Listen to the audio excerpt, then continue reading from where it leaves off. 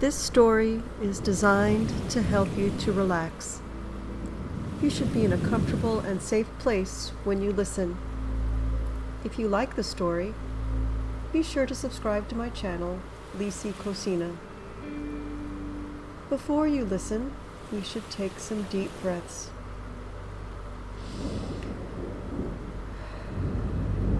Really feel the air going in and out of your body.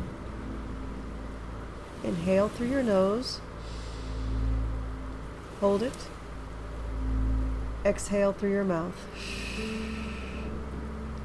Put all of the day's events and worries in a closed closet in your brain. Then close the door. They will be there tomorrow. Inhale. Hold. Exhale. Deeply relax. Open your mind to your imagination, and we can start the story. My name is Maria Carmen Esposito Valdez. I live in Houston, and the story I'm sharing today happened in the 5th grade. In the spring of my 5th grade year, I received both an email and a letter attached to an owl from a school in Massachusetts. The name was something I had never seen before, and I was not sure if I was pronouncing it right. Ilvermorny.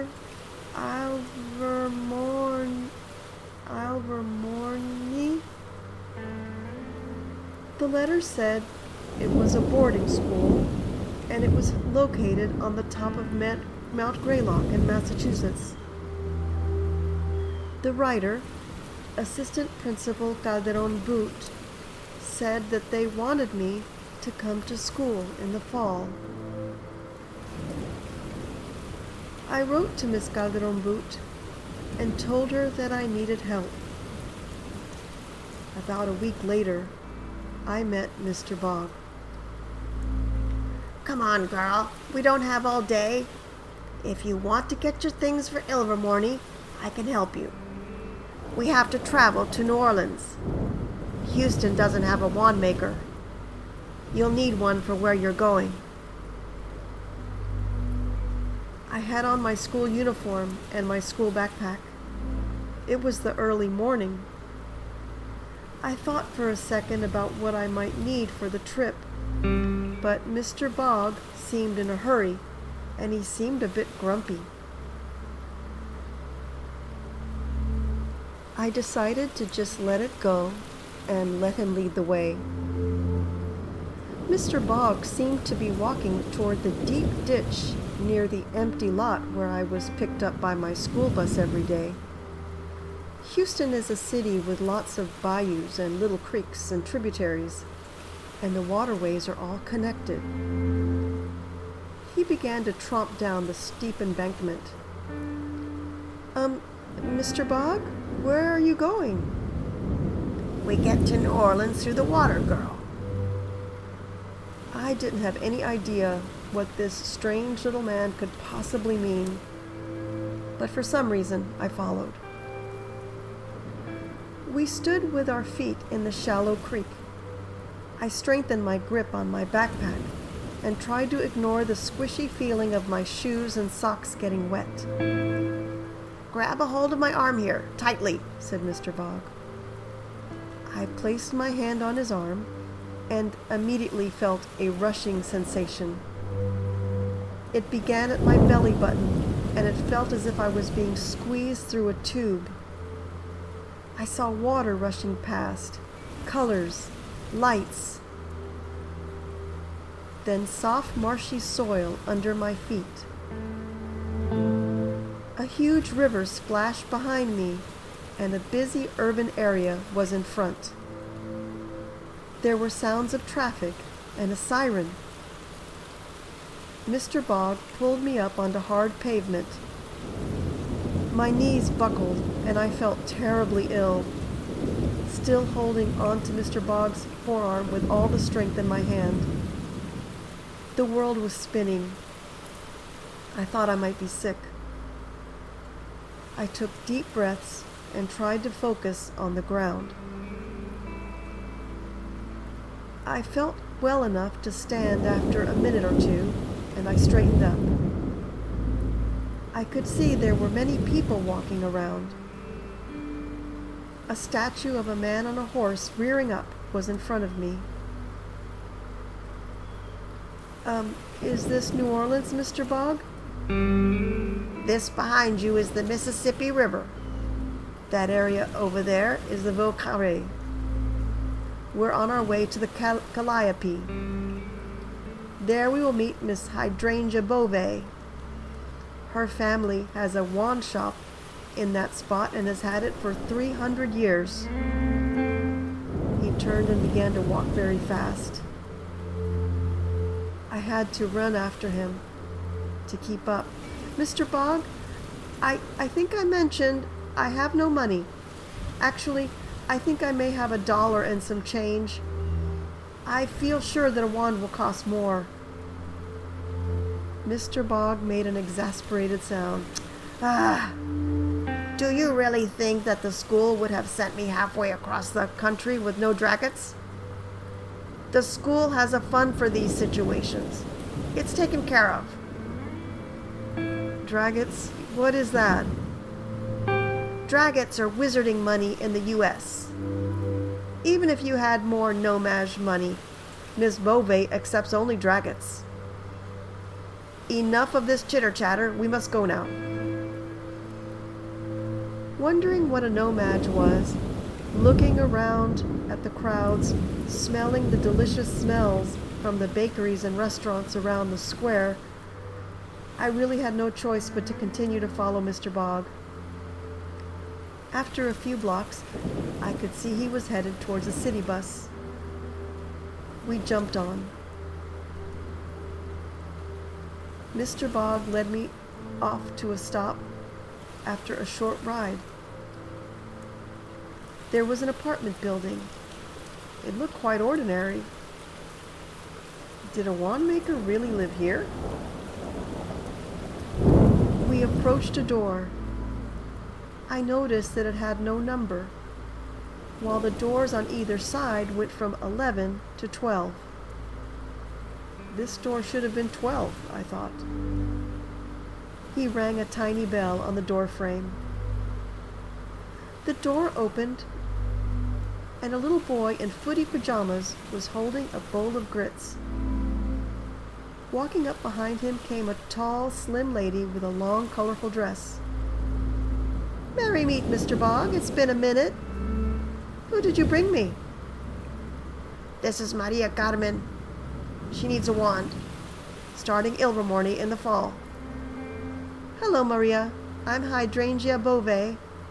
Congratulations on your acceptance into Ilvermorny. Come on in." As I walked over the threshold, my eyes widened. A shop was set up in the first room, much larger than could have possibly been in the apartment. Shelves reached a high ceiling with thousands of small boxes. Delicious smells of cooking wafted through the space. Behind I could see a large kitchen, and beyond that, stairs to a second floor. I could see a living room just beyond the stairs. Framed photos lined one wall of people in the store, and strangely, the people in the photos were moving. They were opening boxes, lining up to pose for the camera, and some featured the counter behind which a gray-haired lady stood. The lady looked a lot like Hydrangea. Some of the photos had pictures of people with those blue and red choir robes on. The little boy came to me again and said, "You want some grits? Juice?" No thank you. Not right now." The grits did look delicious, with a big puddle of butter in the middle, wafting up steam. But I thought I had better remain focused on Mr. Bog and Miss Bove. Mr. Bog pushed off his hood. Instead of hair and regular skin, his head and back seemed to be covered with long quills like a porcupine. They seemed to be pressed down by the hoodie. I forced my eyes to look at my shoes so that I wouldn't stare. Miss Beauvais laughed. "Huh, you never seen a puckwudgie, have you, Maria? Or maybe you saw one before but didn't know. Well, now you have even met one and spoken to one. Puckwudgies have been on this continent for thousands of years, way before the people came." "Is it Maria or Maria Carmen?" Maria Carmen or just Carmen," I answered. I was not sure if I should be offended by her laughter, so I glanced at her, smiled, and then focused again on my feet. "You've been raised by no mages, I can see. That's all right, Carmen. I've met many like you. Don't you worry, we're going to fix you up for Ilvermorny. You're in the right place. New Orleans is one of the most magical places in the whole North American continent. Many, many witches and wizards live here. There are other magical places, but New Orleans is special in its own way, and many magical beings are attracted to the power in this area. I've been raised in foster homes. Are foster parents the same as no mages?" "Darling, no mages are people with no magic. Mundanes, regular folk. No, it has nothing to do with foster care. You are special, Maria Carmen. Did you know?" "I've always felt different, but not really special, ma'am. I was different because my parents left me at a fire station just after I was born, wrapped in a towel." "Well, it sounds to me like they didn't feel like they could care for you, sweet girl. They thought you'd be better off with those firemen. There's nothing to be ashamed of, Maria Carmen. They were doing what they felt was best for you at the time.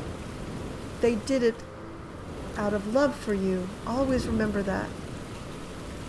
And you are special, because you are a witch, a sorcier. Ilvermorny and Makusa know about the births of all magical human babies. If you were contacted, you are magical." She turned to Mr. Bogg. "Did no one talk to this girl?" "I talked to her. I told her about everything I need to do at Ilvermorny, such as the chickens, the hogs. We have 14 donkeys now, the owls, the broken banister on the 3rd floor, painting the rooms when the kids leave for break." Okay, Mr. Bogg, I hear you. "Maria Carmen, do you know what a wand is?" A stick that points and you do magic through it?" "Close enough. I use only locally sourced materials for my wands. What we have to do is have you try some wands and see which one chooses you, my darling. The wand chooses the wizard, you see." "I'm ready, Miss Beauvais." A tape measure came floating up from her counter. It measured my waist, my arm, my wrist, all around my head. It then moved on to the distance between my eyes, the height of my ears, the length of my first fingers. As the tape measure kept wrapping around me this way and that, I could see Mr. Bogg sitting in a chair muttering himself, with the little boy next to him still eating his grits. "All right, my dear, let's try this one. Stained ash with wampus hair. Go ahead, try it." I reached for the wand. The handle was as hot as the bottom of an iron. Ouch! "Not that one, darling." She took my hand and swiped it with hers, and the burning sensation immediately disappeared. "Elm with hodag skin and tendon." I reached for the next wand. It allowed me to grasp it without the same red-hot sensation. I pointed it at the stone counter. The countertop loudly cracked in half. I looked up to Miss Beauvais, frightened that I would be punished. "Definitely not that one," said Miss Beauvais, and with a wave of her hand, the crack closed. "Third try is the lucky one. Pecan with snallygaster heartstring." This one was shorter than the previous ones. I noticed the pretty carving on the handle. I pointed it at an empty chair. I felt a thrill in my chest, like the day when I was 9 years old and found a $20 bill on the ground walking home. The chair lifted slowly, then gently touched down again. I smelled pecan pie. I felt a warm sensation of being embraced. Stars erupted from the end of the wand and formed an arc around me. I looked around in wonder. "Oh yes, Miss Maria Carmen Esposito Valdez. Snallygaster heartstring in pecan. Rare, special, beautiful, smart, powerful. Just like you, pretty girl." I stared at the wand. It seemed to fit in my right hand just perfectly. It was light but sturdy. Oddly, as I looked at it, I felt as if I had met a friend. I knew that this was the most important possession I would have for the rest of my life. It was more precious than diamonds, than gold, than rubies. It belonged to me, and I to it. Miss Beauvais took the wand from my hand, wrapped it in tissue, and set it in the long, narrow box. "This will be waiting for you at the school, my dear." She turned to Mr. Bogg. "Mr. Bogg, that wand is quite a fancy one. Snallygaster is always in short supply. But for you, seeing as how you brought her all the way here, it will only be 1,500 dragons." Mr. Bogg's quills stood on end, making him look more like a porcupine. "I was authorized to spend $12.50, not a single dragon more." Miss Beauvais looked at him for a few seconds, then seemed to examine the box. "This is from a Grandpa Snallygaster, up from Arkansas. It died at the age of almost 500 years. Very powerful. Rare. It wasn't easy to get. I can let it go for $13.50. 1,300 dragons from me. I'm putting in 50 of my own. 1,300 it is." A little pouch emerged from Mr. Bogg's hoodie pocket, and he counted out gold coins on the counter, barely reaching. Miss Beauvais slid them into a drawer and closed it. Mr. Bogg then pulled his hoodie up, concealing the spines on his head and neck, and we walked out back into the sunshine. "Back to the quarter, girl. But first we eat." We walked back the way we came, but didn't take the bus this time. We crossed over trolley tracks, and I looked at the narrow streets with wrought iron rails all around. It was still morning, but in the back of a small grocery store, Mr. Bogg bought me a round sandwich the size of a dinner plate and an ice-cold Coke in a bottle. He said the sandwich was a muffalata. He had 2 for himself and 3 Cokes for him. We sat outside on a bench to eat our sandwiches. It was so salty and cheesy. That muffalata was probably the most delicious thing I'd ever eaten. I put away half of it in my backpack so I could finish it later. "Off we go to Al des Argenteurs. It's not too far." 2 streets up, and a couple of turns later, we were at an entrance. It was a tall, old wooden door with a boarded-up window. It looked like it was abandoned. Mr. Bogg knocked with a peculiar rhythm. The door swung open, and behind it was an entire street. We stepped in quickly over the high threshold, and I looked back. A few people were now walking on the street behind us, but they seemed to be oblivious to us. Here we are at Al des Enchantés. Do you have your list?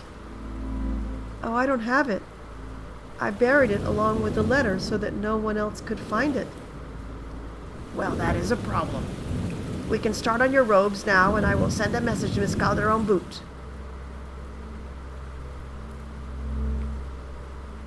I followed Mr. Bog to a shop. The shop had a window with mannequins with what I recognize as the cranberry and blue choir robes. I mean school robes. Without a word, Mr. Bog turned and left the shop. Inside, two very elegant and beautiful young women greeted me kindly. One had tattoos all over her face of flowers, hummingbirds, and insects, which occasionally seemed to move. They led me to tall, angled mirrors. They gently took my hand and had me stand on a pedestal as they took my measurements. Curtains over doors stood on either side of the mirrors. One called the measurements to the other, who seemed to be writing them in the air. She then grabbed the writing as if they were written on something translucent but solid, and moved to an area behind the curtains. The other lady pointed me to a chair on the wall to wait. The bells on the door tinkled, and a mother and child walked in. The mother had on a very large hat, which seemed to have a stuffed green serpent as a band, with a large jewel in its forehead. The child looked to be about my age. Good morning, Dorcas, Yvette. I'm here for robes for Ilvermorny, wanting to get a good head start this year. Just then, the bells tinkled again, and Mr. Bog walked back in. He had taken off his hoodie, and now I saw that his true form included porcupine quills covering his entire back. He was hunched and walked with heavy footsteps. He looked around from the top of his eyes, as his head seemed to tilt downward. "Merry meet, Mr. Bogwaginini," the mother said. Yes, yes. He looked at the child, and his eyes went back up to the mother. Are you preparing this child for Ilvermorny? Why, yes. I thought I would try to beat the summer rush and order his robes before. Do you have the first year supplies list? I just sent an owl to the school to get a copy, but it will be hours before I get the supply list back. Oh, yes, I do. It's here. She took off her hat and rummaged through it. Here we are. Shall I make you a copy? It would help, yes, Mr. Bog said. I thought in a tone that was too grumpy. The mother took a wand out of her waistband and made a copy with a flick. The shop assistants came out with two robes floating behind. They were so pretty, and I could see they would fit me perfectly. One of the young ladies said, "Are these to be sent to Greylock, Mr. Bog?" That's right, under the name of Maria Carmen Esposito Valdez. He moved to the counter to pay. This time he didn't argue or negotiate. He just counted out more coins from his pouch, and we went back out onto the street. We walked down the street and picked up a used pewter cauldron from a resale shop, along with a pewter stirrer. We entered a potion shop and bought a few small vials. A very dusty used bookstore in complete stacked book chaos had almost all the books I needed. A very helpful man was able to find all my books in that cluttered mess, and the rest we bought new. Mr. Bog told the shopkeepers to have all the supplies sent to the school under my name. At this point, my feet hurt. I was thirsty, and I realized from the position of the sun that we had spent an entire day gathering the items on the list. While I did everything Mr. Bog told me to, and I followed him from shop to shop, I was still battling feelings that some mistake had been made. Surely someone had made an error. Maybe they thought I was a different Maria Carmen. No one had ever called me special before, the way Miss Beauvais had. No one had ever spent a day shopping for me. And even though he was grumpy and continuously complained, no one had ever been so kind to me as Mr. Bog. After watching him spend dragons on my supplies over and over throughout the day, I became more and more ashamed. I wasn't magical. I wasn't unique. These folks were spending a lot of money on me, and I was not who they thought I was. While at first I was having fun, my conscience told me that I had to put a stop to this.